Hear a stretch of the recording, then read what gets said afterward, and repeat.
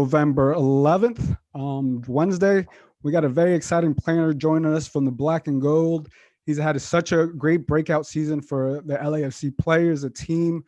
He's been a very exciting player to watch, and we have him here, and he goes by the name Danny Musovski. Danny, how you doing? I'm doing good. How are you, Gio? Man, excited to have you, man. You've had an incredible season. I think you're one of the positives at his whole 2020 season to come out from LAFC and the Black and Gold, and I know fans are wanting to get to know you more. Yeah. Looking forward to it, man. I'm here. I'm loving LA so far. So yeah, I want to get to know, the fans and everything too. Yeah, man. I know we're talking like pre-chat and stuff. I know you come from Vegas, and I want to get to know a little bit about how your life was there. I know you went to UNLV, and then hmm obviously you got drafted. Can you talk to us about your earlyhood, living in Vegas, and then eventually coming over here? Yeah. So I grew up in Vegas. I moved there when I was 2 years old. Yeah, and I just pretty much grew up there my whole life, and it was pretty normal. It's Vegas, like outside of like the Strip and downtown. It's just kind of like a normal city. I live like in the suburbs, so I kind of had like a normal upbringing in that way. And then then I played for my local college team. It was big for my parents to get a full ride scholarship to play soccer, and UNLV was the only team that really offered that, a full ride. So that was like my decision, like, okay, I'm gonna go, because to get a free education, that was something that was very important to me and my family. So I ended up going there, and I had a good experience. Played 4 years there. Went, played in the NCAA tournament 2 times, and then got drafted. Yeah, how do you feel like your time at UNLV like helped you, like because it's not so traditional nowadays, right? To go to college, play 4 years, and then go to the MLS. Typically now there's academies and different things like that. I feel Yeah. like you have such a unique path. Can you talk about your time at UNLV and what you learned there? Yeah. So yeah, nowadays especially, it's academy. Like if you're not playing academy, it's very hard to break into the MLS. I didn't really play academy because I was at a young age. So I was like middle school, high school. My parents didn't really see that so much as an option for me. I don't think they ever really were seeing me to ever get this high in soccer. They knew I was good, and they knew I could play college, but I don't know if they were thinking I would end up playing in the MLS. So like they never really pushed that for me to play in an academy. So I literally just played high school soccer, some of my friends, and ended up doing really well. And just, I think I just slowly but surely just kept doing well at every level that I was playing at. Just kept progressing, and then it led to me, being drafted. Yeah. And I don't think you know this, but you have a Galaxy fan, yes, LA Galaxy fan Oh, that supports you okay. and is a fan of you. And the reason why is because you went to UNLV, and he's an alumni. He's a Rebel Oh, alumni. is he? So Okay. he told me to tell you that you're the only LAFC player jersey he would wear. I love that. I love that. It's awesome. Yeah, so you're kind of bringing both teams together because he's a That's right. diehard fan for the LA Oh, is Galaxy, and I he? was like, when he told me that, I Exactly. was like, okay, I'm bringing the peace. Yeah, exactly. I'm bringing the peace between Galaxy and LAFC. yeah, exactly. The So I, middleman. I thought that was interesting. I was like, because I was telling him, I was like, I'm gonna get to talk to him. He's like, you gotta tell him, he's the only player. I was like, I'll let him know. Yeah. But I like your story because I feel like even if players don't go through the academy and they do well, right? Because I feel like you're a player that puts in the work, and not many people knew about you and up until now. You've been putting the work through college. I know you got drafted by San Jose, and then you even played at USL. Can you talk about your time at USL and then eventually transitioning back to the MLS? Yeah. Yeah, USL was just a learning experience. That wasn't a time for me to, prove myself to try to get into the MLS. That's what every USL player is doing. That's what every single player is doing. Their dream is, to play into the MLS. That's the promotion you're trying to get to. And that was just a big learning experience for me, and and then breaking into MLS, it's been good. I know people are starting to see what I'm doing now, on a big stage, and some people are calling it, like an overnight success, but I know, more than anyone, that none of it was overnight. It was a lot of years of hard work, and and dedication and just sticking with it. And now I'm starting to see some success from that. Yeah, and obviously you ended up getting picked up by LAFC this past December. I'm curious to know, like, when did you know you got on their radar, and what other teams were looking at you? And obviously, the season LAFC record season, breaking every single record they had. When did you find out that they were interested in you? So I found out in the off season, and so yeah, like I had a good last season in the USL. I didn't know if the call from the MLS was going to call like from whether it was from San Jose Earthquakes, because Reno was their affiliate team.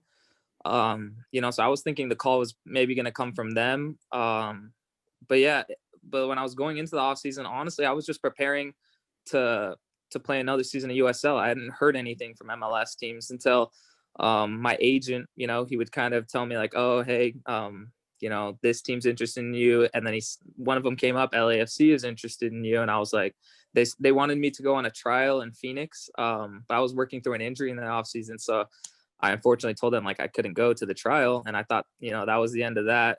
When was this And though? then, What date? When was this? this was early November. Early November. Yeah. So I thought that was that. And then fast forward a few weeks, and I got a call from my agent, and he had just told me that LAFC wanted to sign me to a first team deal. And I was like, let's do it, because especially, with last year, how they were so successful and, won the supporter shield. And in my eyes, they were the best team in MLS. So when they told me like they wanted to sign me, I was like, let's do it, let's make it happen. Yeah, obviously, kind of like a no-brainer. The best team in Yeah. MLS wants to sign you. So you coming into this, obviously, at the start of the season. So there was Adama Diomande. Obviously, I don't know if BWP was in the mix just yet. Obviously, Carlos Vela.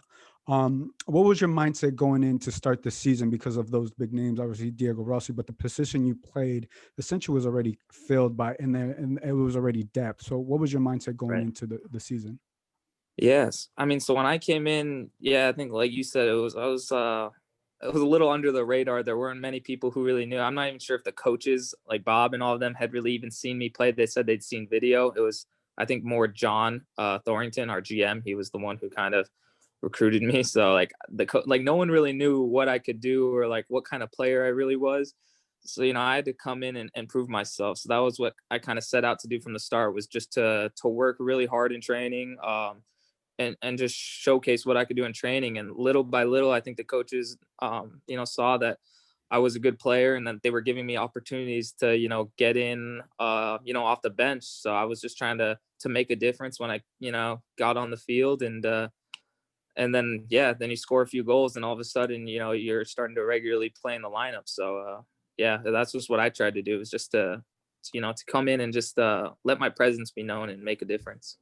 Yeah, obviously. So there was a lot of things that happened, and it essentially kind of broke your way, right? So we had at the MLS's back tournaments where you made your debut against Houston. So it was, I feel like you're a player that took advantage of the opportunities, right? Because coming into it, you had going into the tournament. Obviously, we knew Vela was not going to be available.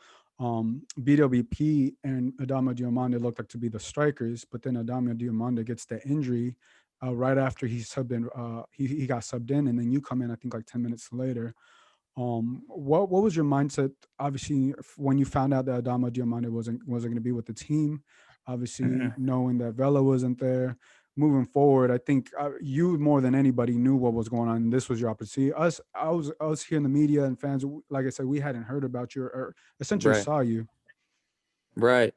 Yeah. I mean, you never want to see a teammate go down first and foremost. So when I saw Dio go down, my first initial reaction was I felt bad. And then the next reaction was I was going into the game. So like I didn't have too much time to think about it. But one thing that I'll credit myself on was I was always mentally there. Like you said, it was BWP and Dio. Those were like our starting nine. So I was just the whole preseason and the whole time I was here, I was just staying focused and just being ready and trusting that my time would come, that something might weird happen and I'll get my opportunity. And the best thing that you could do is be prepared when you get that opportunity. So I feel like I was prepared in that moment. I went in and I didn't score in that game, but I feel like I had a decent showing and it showed the coaches that I could play at this level. Yeah, and obviously you came off the bench, obviously to get your minutes in, and then I believe you got your first goal against San Jose, which is a team that drafted you. So how was that kind of like, obviously they sent you to USL for whatever the reason what was going on, and then you come to LAFC and you score your first goal against San Jose. How did that feel? Yeah, that was a weird feeling, and I hadn't really taken it all in until after the game. But yeah, I was my very first professional contract was actually with San Jose, MLS contract. They sent me on loan for the whole year, and then at the end of the year, they didn't pick up my option and they cut me. So obviously that hurts. I mean, I think anyone could relate to that. If you've been fired from a job, you're like, you don't want to take it personally, but like, if you're a competitive individual, you do take that personally. So, so then to go through USL, climb through the ranks, and then, get to LAFC and then play them and then score against them, it was, it was a good feeling. And yeah, I mean, I still have a good relationship with the guys there and even the coaches. But yeah, it was in the game, it happened, and I was definitely happy for that. Yeah, and obviously you've came off the bench the first couple games, and you score against, I believe, against Portland, and I think that's when I really started seeing you, because you're a player that maximize your time there. Like if it was 10 minutes, 15 minutes, whatever, I really felt like you impacted the game, and that's when I was like, okay, starting to pay more attention to you. And it just showed. I think just your work rate and everything that you've done. Talk to me about when Bob Bradley noticed, obviously in practice, and what were some of those early conversations with Bob Bradley? Yeah, so at first there was a bit of a learning curve when I first came in, because it's not easy to just plug in as the number 9 on LAFC. There's a lot more to that position than people see, on TV. There's a lot of tactics, a lot of timing and stuff that, yeah, exactly. People watching, you don't realize it. And I think I had a bit of a learning curve at first, where Bob was trying to get me to see things a certain way. And but yeah, slowly but surely over time, each and every day, I just came with that learning mindset that I was there to learn. And Bob helped me a lot with that. And he's complimented me now, lately, saying that, I've gotten a lot better tactically, a lot since the first day when I was here. So I'm just looking to improve on that and just keep getting better with that. Yeah, and you've rapidly just grown and grown and grown, and you got Player of the Week when you scored 2 goals against Seattle, and you also you got an assist, so you got Player of the Week, and I think that just speaks for itself, right? You impacted the game. The team essentially won because of what you did on the field. Obviously, credit goes to the rest of the players. How did it feel to know that you got Player of the Week that week in MLS? It was a good feeling. First and foremost, I was just like you said, I was happy to get the win. I feel like, during that time, that was when we had our guys out on international break with Diego, Brian, Cheeky, and Sifu. So they were gone, and so I knew that the guys who were gonna end up stepping in had to show up. We at that time in the season, we were fighting for a playoff spot, so I knew it was important for us to show up in those games. And yeah, I was able to get 2 goals and an assist that game, and we beat Seattle. Yeah, so I mean, I think that, and then you ended up getting the start. When did Bob Bradley tell you when you got the start? I know it was over BWP, and I think to me, it just kind of happened so fast. So you're progressive growing so fast and just in a season, and it's very unique to see, obviously in a good way. So when Bob Bradley gave you that start, how did that feel? It felt good. Yeah, I didn't even know I was really starting in training. We go through practice games, and you could tell, like, if you're on the starting team. So like I noticed that Bob was always putting me on the starting team, and I was like, all right, like, am I going to be starting in these next couple games? And then sure enough, when we do the lineups before the games, the day before the games, I was starting. And that was a good feeling, because I mean, ultimately, that's what you work for as a player. You don't work to be a bench player. Every player wants to compete and vie for that starting position. So when you get that, it's rewarding. And yeah, I just want to keep doing that. And like you said, I want to keep learning. I feel like I've been showing good progress so far, but I feel like I'm just getting started. I feel like I'm gonna just keep getting better, keep learning. There's so many great players, great coaches that I'm learning from, and I feel like that's attributed to that fast progress. Yeah, talk to me about you as a striker. Like, define yourself as a striker, because I mean, there's a couple different strikers on this team.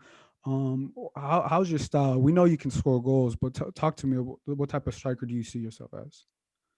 Um, I see myself as a little bit of everything, a little bit of a hold up striker, someone who could connect and link passes, but ultimately what I pride myself on is scoring goals. You know, teams always need a guy who could just close and do the job and finish around the net, you know, when the team needs it. Our team already has a lot of great players that could do all the other little things with Edward Atuesta, Diego, Mark Anthony K. We have all those guys who could do those little things, but you know, in a game, you know, a high intense game, you know, you need that striker to just be ruthless and be clinical in the box and put goals away and close out games. So I feel like I just pride myself on being just a true goal scorer. Yeah, I mean, you've shown it. You got 5 goals and 1 assist, and I mean, the even shorter season for you. The way you broke out. How is it playing alongside Diego Rossi, Carlos Vela, Brian Rodriguez? Because I feel like each individual one has its own unique styles, right? So how is it Yeah, playing with Carlos Vela? We'll go with Carlos Vela first. yeah. I'm a very lucky individual to have these guys as Yeah. teammates. I'll say that right now. Like I said, I feel like I've learned so much in this year just from watching them, what they do in training. Carlos, especially Diego, BWP. I'm very lucky to be a 24-year-old kid learning from these guys who are doing so well, and you know they're at the best. You know, so who better to learn from than the best? You know, so Carlos, yeah, like you just his decision making is something that I've learned from a lot. Like he does a pass and like maybe I never even thought to do that pass, but Carlos did it and I was like, and you just kind of take like a mental note, like, okay, that pass is on. Like that's something that I didn't see before, but now I see it because Carlos is doing it. But yeah, and then, you know, I could say the same for, you know, Diego, BWP, even Bob. I just pick up little things that they do and they teach me, and you know, sometimes maybe they don't even realize they're teaching me. I feel like I'm an observant individual, so like I always just observe and I try to learn and soak things in, and yeah, it's helped me for sure in the short term, and I'm sure in the long term as well as a player. Yeah, and obviously Diego Rossi, he won Golden Boot winner, so he's a proven goal scorer as well. The way he scores goals, and obviously he's out on the wing. What have you learned from him? And obviously knowing where he wants the ball, where do you want the ball? How are those conversations with you and Rossi? Yeah, it's just easy to play with Diego. He's such an intelligent football player, especially for his age. He's what 22 or 20, maybe just turned 23. For his age, he is so intelligent, and that's one thing I've taken from Diego. Our conversations are pretty simple. Like you kind of see what Diego gives you, and then you kind of play off that. So he makes it really obvious, you know, what's presented, and I kind of just go off that. And yeah, like you said, he's a proven goal scorer. He's the Golden Boot. We have Carlos, who was a Golden Boot winner, and now Diego. And these are just great guys to learn from for me as a striker, man. I'm like I said, I'm learning from the best right here. So just trying to Yeah. soak it in.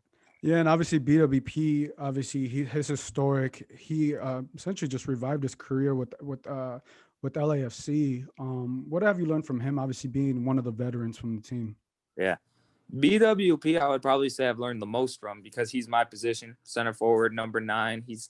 I would say, you know, we're the same type of forward as well, a clinical goal scorer in the box. So I think, so yeah, we've always like right when we came in, me and BWP have gotten along really well. I feel like he's always looked out for me. He's tried to help me with like little things when I have questions, and yeah, I don't know if I'd say like taking me under his wing a little bit, but he's always happy, you know, when I score, and I'm always happy for him when he scores, and yeah, right now he's like 35 and he's like getting there towards the end of his career, but like you said, he's just had a great comeback year, and I just want to learn, you know, learn from everything that he does, and he helps me out a lot for sure. Yeah, and obviously there's just so much talent. I feel like you're definitely obviously you're getting everything you deserve because what we see obviously on this side is that you're whenever you come in, like I said, you've impacted the game you put in there, and obviously you're enjoying everything that's coming your way. Now let's talk about your nickname. I heard they call you the Moose. What do you think about that?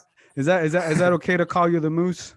Yes, yeah, it's very okay to call me the Moose. At first, I didn't know how I felt about it. I was just like, what? Like, then I noticed slowly the fans all started calling me it, and like they all kind of hopped on. So then I kind of started liking it, and the fans started calling me by it a lot. So now I like it, now I run with it, the Moose. It's all right. It's a cool nickname to me. Is there any other nicknames that you've had along your career? Is that the only one that's stuck? That's the only one that stuck. People have asked me like, if you had any other nicknames, and I'm like, nah, not really. The Moose is like the only one that's actually stuck. So I like it though.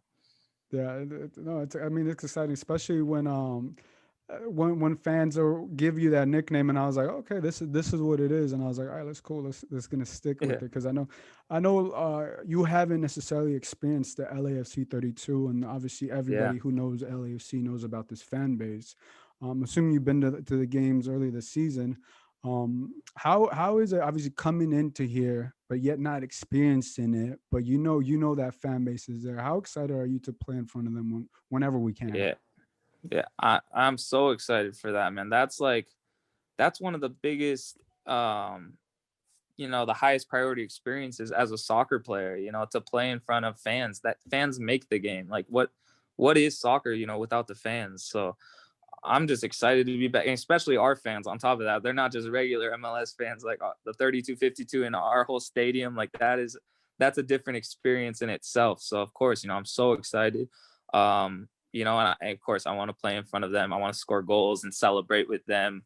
Yeah, I can't wait till that happens. Yeah. So growing up, who was your favorite player growing up? Growing up, my favorite player was Terry Henry. Okay. Yeah. Just because obviously he played the same position as you, or Yeah, he was a 9, and when I was growing up, that was like he was the man. I think a lot of people forget that he should have won a Ballon d'Or during his prime for sure. I think he was robbed of one or two Ballon d'Ors because he was the best player on the world. Especially as a center forward, how dynamic he was, how strong he was, how intelligent he was. There was just a lot of things that I admired about Terry Henry growing up, and now he's a coach in our league. So hopefully I'll meet him one day. yeah. Is that one of those you're gonna swap the jersey, ask for an autograph? What are you gonna I do? hope so. I hope so. We'll see when we play Montreal. Hopefully we play them next year, and I'll get to meet him because yeah, that was my idol growing up. Yeah, depending how bad you beat them, you may wanna because Yeah, from exactly. what I know, he tends to have a temper. He tends. I know. Yeah, I'll judge the moment. I'll see how he is. If I see him really angry, I might just ask their kit guy or something for it. I might not go up to him. Yeah. All right. So who was let's get into the clubs. Obviously, we know there's some big European clubs out there. Who was or some of your top clubs growing up watching them? Arsenal would be the team I supported growing up. That was mainly because of Terry Henry. I still supported them even after he left, but I'm in all honesty, probably since then, I'm just a fan of the game. I wouldn't say I have one diehard team. I just like watching football. To be honest, I'm just watching it all the time. Whether it's EPL, La Liga, Serie A. Like I'm just watching a lot of soccer nowadays. Hmm. Yeah, and I know it's early, obviously in your career, especially here with LAFC, and we don't know what the future holds. But you essentially making a statement for yourself in this season. What are your aspirations? What are your goals with this club individually, and obviously for the team? And so people can know what to expect in you, obviously moving forward. For the team, the goal is to win MLS Cup. That's that we don't have any other goal. If we don't win MLS Cup, we look at the year as a failure. So like we have high standards in that aspect. As a team, and rightfully so. We have the talent. We have a lot of good players. So I don't think our standards should be anywhere else besides winning MLS Cup. Supporter shields and all the trophies. I feel like that's what we aim for. Individually, I'm not one to talk and say, oh, I'm gonna do this, I'm gonna do that. I just want to show it. So I feel like I'm learning a lot. I'm improving as a player, and hopefully, starting as a number 9 on this team, I feel like I'll be able to score a lot of goals. So wherever that ends up me having at the end of the season, we'll see. But with this team, you're gonna have a lot of opportunities. So I just want to keep playing, keep getting on the field, and I feel like the rest will take care of itself. Yeah, and obviously it's been a crazy year, with you guys and the way things have gone. Obviously, every team has gone through some type of difficulties. But like I said, there's also been some positives, and you've been able to come out of this. How do you see the matchup against Seattle this playoff? Obviously, you guys are going to have to go up there, and it's been a difficult going up to Seattle and playing solid games to come out with that victory. How do you see this game playing? Because as of right now, it looks like you guys are going to be out with the four international players. Yeah. Yeah, it's like you said, it's going to be a tough game. I'm not going to sit here and say it's not. Going up to Seattle, that's a tough environment. They're good at their home field. It's going to be cold. But you know what? We're going to go out there and we're just going to give it our all. We're going to throw it all on the line. This is it. This is where the season comes down to. So, I knew that we were probably going to have to play Seattle regardless, whether it's in the first round or, later. We were going to have to meet up with them eventually. And, they knocked us out of playoffs last year. So now I feel like we should return the favor. Yeah, no, I mean it's exciting, man. I'm excited. I know all of MLS is looking forward to that matchup on November 24th. But yeah, like let's get to know Danny a little bit more. Just get to know you. Obviously, I know you're new to LA. I've heard you say that you love LA. You love the beach. What's your favorite beach in LA so far? Santa Monica. It's close. Santa Monica. I mean, I'm just getting here. We'll see. There's a lot of beaches here. But so far Santa Monica is the one that I frequently go to the most, just because it's a quick 20-minute drive from where I live. So I'll just end up going there. Yeah, Santa Monica. You have any favorite restaurants here in LA so far?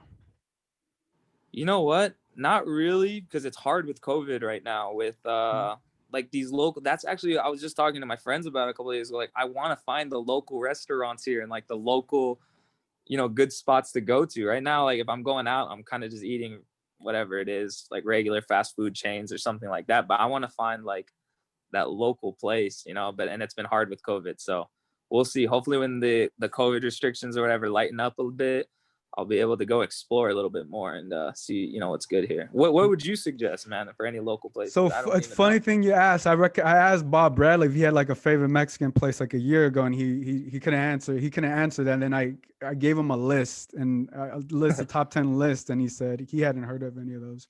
But yeah, I mean, there's one in Santa Monica. It's called Casa Blanca. There's a Mexican restaurant there. I think it's one of the best Mexican restaurants on the west side. I mean, there's plenty all over the city. But if you like Santa Monica, there's one right next to the pier, and they have the windows open. I don't know if they're open right now. But yeah, I definitely recommend that. Obviously, if you like Mexican food. But it's everywhere. Sure. Even the food trucks. Have you tried some of the food trucks, man? I actually have. There's one by my apartment. I actually don't even know what it's called, but yeah, I actually been stopping by the food trucks a little bit for some food as well, and that's good. But then again, even the food trucks is a little inconsistent because of COVID. One time they're here, and then something happens, then they're not here. So even that's a little bit hard. Yeah. Let's talk about your pregame routine. When you wake up, what do you eat? Obviously, you drive to the stadium. Give me from the start to the end of the game. Yeah. My pregame ritual is I don't know if many people do it like this, but this is how I've kind of always done it. If it's a 7:30 night game, I sleep in usually, and then literally I'll eat breakfast, something, whatever it is, like a bagel, have a banana. But then I literally for the rest of the day until I have to leave to go to the stadium at 6. I just sit on my couch and watch TV. I just kind of try to do it because I know that once it hits 7:30, I'm going to be running. I'm going to be active. I'm going to be exerting all this energy. So what I like to do on game days is just nothing. I like to just chill, have my blanket, sit on my couch and watch a movie, watch shows. I just like to do nothing because like I said, because I'll know later on that night, it's going to be crazy. I'm going to be running and, a lot's going to happen. Yeah. Any type of music you listen to before the game or anything like that? Yeah, regular music that I like just chilling to, when I'm driving. I actually like country music. That's country something music. That's grown on me. Yeah. Who's an artist? Who do you got on the playlist? Luke Combs is one guy right now. He just came out with an album. I love him. Jordan Davis. There's a lot, man. I got a lot of country artists that I like. Yeah, Luke Bryan, and there's a lot, but those are just like when I'm chilling. Before a game, I like hip hop though. Like I need something like fast beat, to get me like pumped up. I can't listen to country music before a soccer game. I That's was gonna say, I feel like it's yeah. depending on the song, it's a little bit more relaxing. Yeah. That's like when I'm chilling, driving in my car. It's like some country music. But yeah, before a game, it's like hip hop, rap type stuff to get me pumped up. Who are some of the hip hop artists you listen to? Man, I like the old school too, but recently Jack Harlow. I like Jack Harlow. Kanye, so not the new Kanye, but some of the old Kanye. The old Kanye, yeah. Old Kanye. There's a lot, man. Just Logic. Yeah, those are just some off the top of my head. Let's talk about your cleats. What brand of cleats do you wear? I wear Adidas. Adidas. Yeah. Nice. Why Adidas over Nike, or is it you've always worn Adidas growing up? Yeah, I've actually always worn Adidas, and I like them, man. They've been good to me. Those cleats, they've been reliable, and yeah. I mean, I don't know what'll happen in the future, but as of right now, I'm liking Adidas cleats. Okay, Team Adidas. I respect that. Do you switch to your cleats when you play on turf? Because I know a lot of players would switch because of the length of the turf. Mm-hmm. Not really. I wear like firm ground cleats. I'm not sure if you know what those are. Just like the pretty much regular cleats. Mm-hmm. Some guys like wearing soft grounds on grass, which is the metal studs.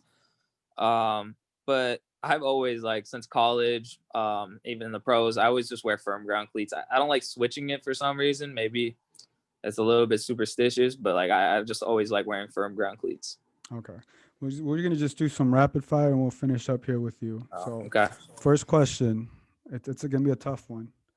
Tacos or burritos? Burritos. Okay. I'm a tacos man, but it's okay. I like both, but I give the edge to burritos. Okay. That's totally fine. All right. Lakers or Clippers? Lakers. Okay. Dodgers or Angels? Dodgers. Rams or Chargers? Rams. Okay. I guess I think some people are gonna like those. Are gonna like those responses, man. You've answered pretty well, except the burrito one. I'm gonna have to give you a little bit of criticize you because of that. All right. Give us a score prediction against Seattle. What's the score prediction? How many goals do you score? And you guys move on to the next round. I'll say 2-1. I score 1. And BWP scores 1. Okay. That's my prediction. Okay. I like that. Oh, last thing I forgot.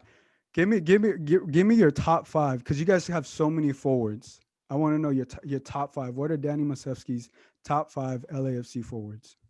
LAFC forwards? LAFC forwards. Carlos, obviously. BWP, Diego. Brian, and could I include myself for number 5? Of course. I was waiting for you. You're a forward, right? You're a forward. I didn't say striker. Yeah. I said forward. So I was trying to include everybody. Yeah, no particular order, but that was top 5. No particular order. Okay. I'll let that go. Well, Danny, it's been great, man. It's been great getting to know you. I know everybody from the Black and Gold really love your work ethic and what you do and how you represent the team, how you represent the Black and Gold. It's fun getting to know you, and hopefully a lot of people get to know you through this interview. Yeah, sounds good, man. It's been a pleasure talking to you, Gio. Yeah. Hey, man. Well, best of luck on the playoffs. Rooting for you guys to get the win. Go to the MLS Cup. Bring another champion back here to LA. So yeah, man. I'm happy for you guys. Excited for you, and best of luck. Thanks, man. Appreciate it, Gio. Yeah, Danny Musovski, everybody.